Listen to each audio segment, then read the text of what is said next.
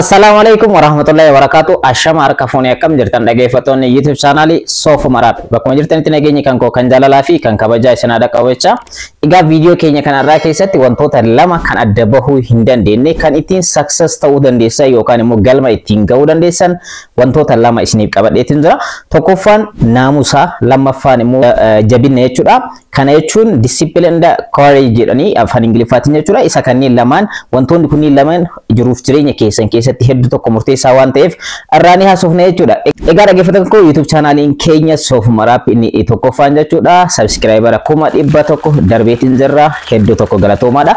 Egaa kanas sababeeffachuudhaan ammaan booda ji'a tokkoof kan turu gaafiif deebii ni qabna. Gaafiif deebiin kun viidiyoo gallakkifamtu ji'a kana keessa gallakkifamtu gidduu keessatti isin gaafadha.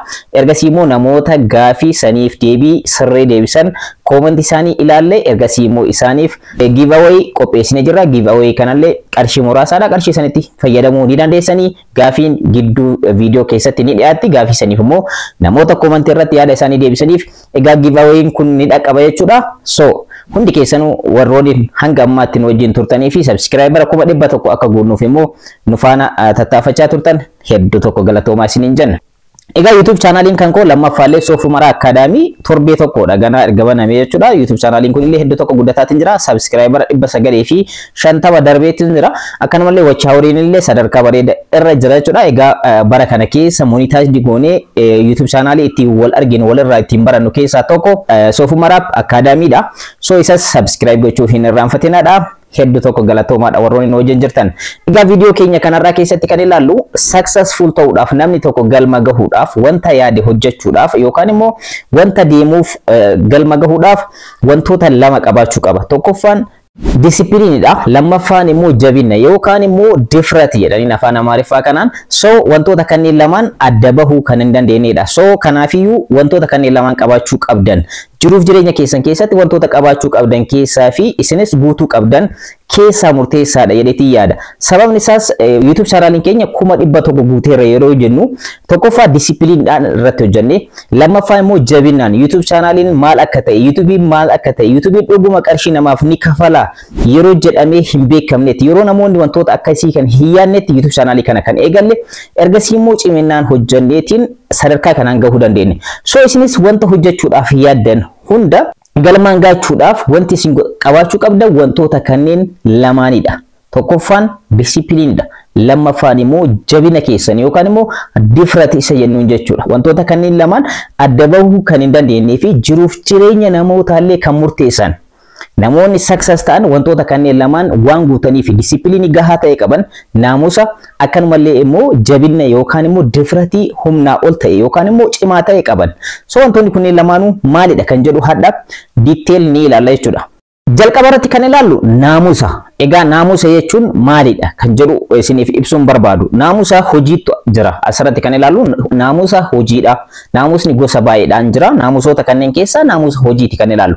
So hojii tokko hojjechuudhaaf yeroo yaaddan baay'een keessan hojii onlaayinii ni barbaadan. Karaa telegiraamaatiin, karaa waasaappiitiin, karaa bilbilaatiin, karaa adda addaa hojii onlaayinii kana ni barbaada. Karaa natti agarsiise warroonni jettanii na gaafattan baay'een keessan jirtan. Anaa miti kan hojii isin qabsiisu. Ofii keessanii disciplined taatanii ofii keessanii iskilii qabdan irratti fayyadamtanii humna qabdan beekumsa qabdanitti yoo fayyadamtan daandii yoo argattan naamusa yoo itti qabaattan success ta'uu dandeessan. Garuu hojii kanas qabattanii kanas ni hojjedha gaafa jettan gaaf tokko yeroo erga hojjettanii booda ammas mamii qabda waan ta'eef isa biraatti ceetu isa isaan dhiiftanii ammas kan biraatti ceetu tokkorraa tokkotti osoo tarkaanfattan jiruuf jireenya keessan akkanumallee wanta yaaddan sana osoo hin argatin karaatti haftu. So hojii hojjettan kam keessattiyyuu disciplined ta'uu qabdan. Dhaabbataadhaan wanta hojjechuu barbaadan san karoorfatanii irratti hojjechuu jechuudha. So namoonni jiruuf jireenya isaanii jijjiiran baay'een isaanii wantoota kanneen waan qabaniif wanta deemaniif beekan, eessaa akka ka'an beekan, fuuldura isaanii maal akka jiru beekan, maal akka hojjetu beekan, sa'aatii kamitti itti fayyadamuu akka qaban beekan. So keessattuu yeroo ammaa kana hojiin onlaayinii kun namoota hundaafiyyuu wal qixa. Anaafis, caalaafis, obseedhaafis nama kamiifiyyuu wal qixaadha kan dhiyaate. Kamtu irra itti fayyadamaadha dubbiin. Eenyutu irra beekeetiin hojii onlaayinii kanatti fayyadamee success ta'uu danda'a. yookaan immoo hojii online jechuu qofa osoo hin taane hojjechuudhaaf depend ta'ee hojii kanarratti disciplined ta'ee yeroo kennee fi karoora kennee fi humna isaa itti fayyadamee eenyutu irraa fayyadamuu danda'e kan jedhu gaaffii deebuu qabudha jechuudha. So kanaafiyyuu discipline hojiidhaa qabaachuu qabdan. Muuxannoo qabdanitti dandeettii qabdanitti fayyadamuudhaan jiruu jireenya keessan jijjiiruudhaaf wanta hojjechuu barbaadan irratti disciplined ta'u. Waggoota 6 dura ani YouTube yeroo eegalutti YouTube naaf kafala jedhee yaadee itti xiyyeeffadheeti kan eegale.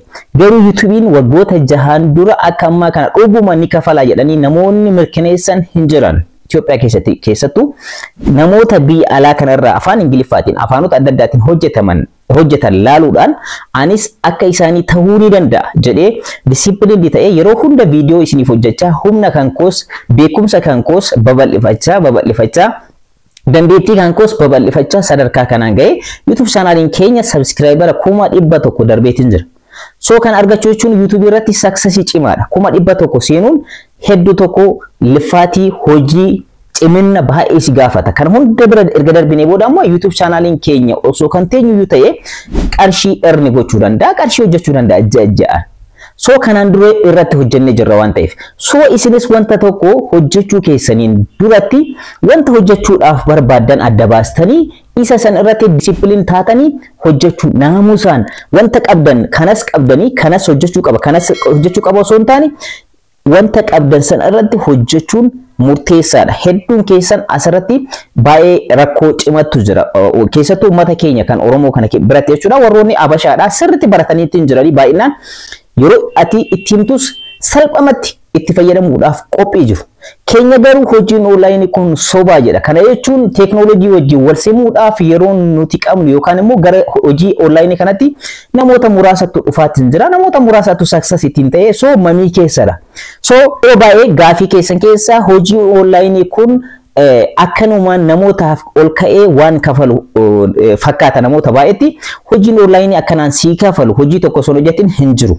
Akkuma hojii mootummaa saatii lamatti hojii mootummaa seentee torbee tokkoof hojjettee ergasii immoo eda'amni kan ji'a keessaa vaaliyuu godhatee ergasii immoo ji'atti mindaa ittiin argattu san inni kunis hojii sanarratti depend taatee disciplined taatee yeroo kennitee fi yoo hojjettee fi sarviisii yoo kennite salphamatti irraa fayyadamuu dandeessa.